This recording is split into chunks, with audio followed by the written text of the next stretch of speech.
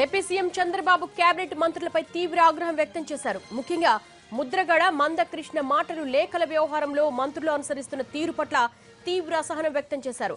తెలంగాణకు చెందిన మందకృష్ణ ఇక్కడ గొడవ చేయాలనుకుంటున్నాడని ఫైర్ అయ్యారు. మందకృష్ణకి ఇక్కడేం పనిని ప్రశ్నించారు ఆయన. ఇక ముద్రగడ వ్యవహారంపై కూడా అంతే స్థాయిలో కోపడ్డారు సీఎం. ప్రభుత్వం ఏం చెయ్యాలో, ఎలా చెయ్యాలో వీళ్లు డిసైడ్ చేస్తారా అని ప్రశ్నించారు బాబు. మంత్రులు ఎందుకు గట్టిగా తిప్పి కొట్టడం లేదన్నారు. రామచంద్రయ్య వ్యాఖ్యలపై ఎందుకు మాట్లాడటం లేదని గంటను సీఎం ప్రశ్నించారు. వైఖరి మార్చుకోవాలని, బాధ్యత పెంచుకోవాలని సూచించారు బాబు. రాజధానిలో ల్యాండ్ మైన్ పేలింది. వైసీపీ ఆరోపణపై చంద్రబాబు ఏపీ ప్రభుత్వం సీరియస్ గా రియాక్ట్ అయింది. పారదర్శకంగా వ్యవహరిస్తున్న తనకు బినామీలేంటి అంటూ మండిపడ్డారు చంద్రబాబు. వైసీపీ ఆరోపణలు ఎదుర్కొంటున్న వాళ్లు కేసులు వేయాల్సిన అవసరం ఉందన్న బాబు, రామచంద్రయ్య ఆరోపణలపై ఎందుకు స్పందించడం లేదంటూ గంటపై ఫైర్ అయ్యారు బాబు. మరిన్ని వివరాలు మా ప్రతినిధి పిఎంఆర్ చంద్రశేఖర్ రెడ్డి తెలుసుకుందాం. పిఎంఆర్, వైసీపీ ఆరోపణలపై బాబు ఇంతలా ఎందుకు రియాక్ట్ అయ్యారు? గత 2-3 రోజులుగా జరుగుతున్న పరిణామాలన్నింటి మీద చంద్రబాబు నాయుడు వాళ్ళ కేబినెట్ సమావేశం అయిపోయిన తర్వాత మంత్రులతో విడిగా భేటీ కావడం జరిగింది. ఈ భేటీలో తాజా రాజకీయ పరిణామాలతో పాటు ఇవాళ వైసీపీ నేతలు భూ ఆరోపణలు ఏదైతే చంద్రబాబు మీద, లోకేష్ మీద, ఇతరత్ర మంత్రుల మీద, పార్టీ సీనియర్ నేతల మీద ఏదైతే చేశారో ఆ అంశానికి సంబంధించి పూర్తి స్థాయిలో చర్చించడం జరిగింది. ఈ సందర్భంలో చంద్రబాబు నాయుడు పార్టీ నేతల మీద, అలాగే ఒకరిద్దరు మంత్రుల మీద, ప్రధానంగా గంటా శ్రీనివాసరావు మీద పూర్తి స్థాయిలో అసహనాన్ని, అసంతృప్తిని వ్యక్తం చేసినట్టుగా తెలుస్తోంది.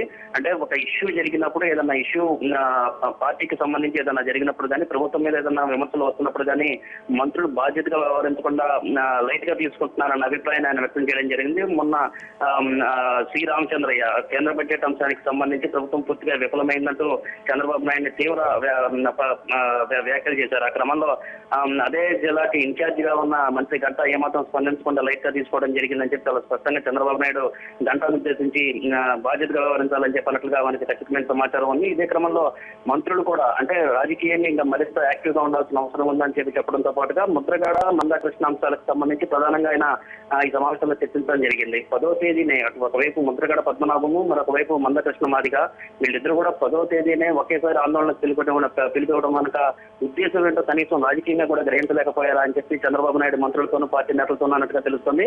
అంటే జగన్ రాజకీయంగా వీక్ అవుతున్నారు, వలసలతో ఇప్పటికే వైసీపీ ఇబ్బంది పడుతుంది కాబట్టి ఒకవైపు ముద్రగడను, మరొక వైపు మందకృష్ణ రెచ్చగొట్టి ప్రభుత్వాన్ని, పార్టీని ఇబ్బందులు పెట్టే క్రమంలో ఆయన వ్యవహరిస్తున్న విషయం చాలా స్పష్టంగా తెలుస్తున్నప్పటికీ దీన్ని మంత్రులు గుర్తించకుండా అలసత్వంతో వ్యవహరిస్తుండడం వల్ల రాజకీయంగా ఇబ్బందులు తలెత్తే ప్రమాదం ఉందని, దీన్ని జాగ్రత్తగా గమనించి మసలుకోవాల్సిన అవసరం ఉందని చెప్పి చాలా స్పష్టంగా చెప్పారు. దీంతో పాటుగా మందకృష్ణ తెలంగాణ ఉద్యమానికి సంబంధించి మందకృష్ణ ఆంధ్ర వాళ్ళందరూ తెలంగాణకు వెళ్ళిపోవాల్సిందేనే స్థాయిలో ఎలుగెత్తి అప్పట్లో తెలంగాణ ఉద్యమం చేసిన మందకృష్ణ ఇప్పుడు ఏపీకి వచ్చి పాదయాత్రలు చేస్తానంటాం కనుక ఉద్దేశం ఏంటి?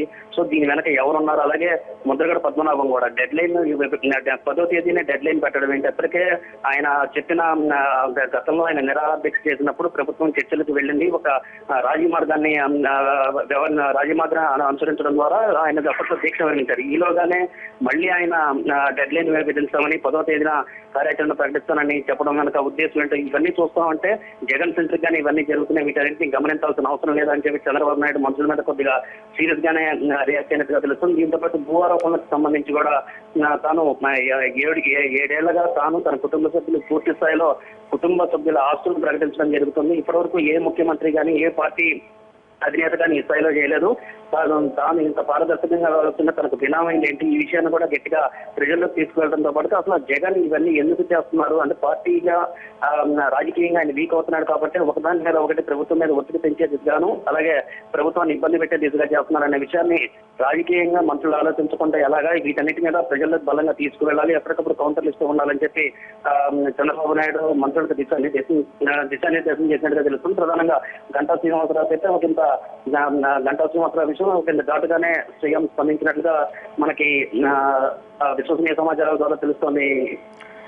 మరి గత కేబినెట్ సమావేశాలకి ఈ కేబినెట్ సమావేశానికి కొంత భిన్నం, అంటే కొంత అగ్రెసివ్ గా వెళ్లారు సీఎం. అంటే ప్రభుత్వాన్ని డిక్టేట్ చెయ్యలేరు అని పరోక్ష హెచ్చరిక జారీ చేయడాన్ని ఏ విధంగా చూడొచ్చు? అంటే ఖచ్చితంగా ఒకవైపు అసెంబ్లీ సమావేశాలు జరుగుతున్నాయి. గత కేబినెట్ సమావేశంలో అంటే ఈసారి జరిగిన కేబినెట్ సమావేశంలో కూడా ఇసుక అంశానికి సంబంధించి చర్చించిన తర్వాత అధికారులు వెళ్ళిపోయిన తర్వాత మంత్రులతో విడిగా భేటీ కావడం జరిగింది. ఈ సందర్భంలో ఈ కామెంట్స్ అన్ని చేయడం జరిగింది. ప్రధానంగా ఒకవైపు అసెంబ్లీ సమావేశాలు జరుగుతున్నాయి, రాజకీయంగా మరింత బలోపేతం కావాల్సిన అవసరం ఉందని చెప్పి గమనించి టీడీపీ వాళ్ళ వలసలకు సంబంధించి యాక్టివ్ పార్ట్ తీసుకుంటుంది. ఈ క్రమంలో జగన్ ఈ విధంగా వ్యవహరించడం, అలాగే ఒకవైపు అసెంబ్లీ సమావేశాలను టార్గెట్ గా చేసుకుని అసెంబ్లీ సమావేశాలు జరుగుతున్న టైంలో వీళ్ళిద్దరిని రెచ్చగొట్టే విధంగా చేస్తున్నారు కాబట్టి ఇంకా ఉపేక్షించి చూస్తే లాభం లేదు అన్న అభిప్రాయంతో ఇప్పటికే చంద్రబాబు నాయుడు ఉన్నట్టుగా కనిపిస్తుంది. అంటే గతంలో వలసలకు సంబంధించి కూడా ఆయన ఒక 2 సందర్భాలు అన్నట్టుగా మనకు తెలుసు. దాదాపు ఏడాదిన్నరగా వైసీపీకి సంబంధించిన పార్టీ నేతలు కానీ ఎమ్మెల్యేలు కానీ టీడీపీలో చేరతామని చెప్పి ఉపేక్షించినప్పటికీ టీడీపీలో చేరతామని చెప్పి పదే అడుగుతున్నప్పటికీ తాను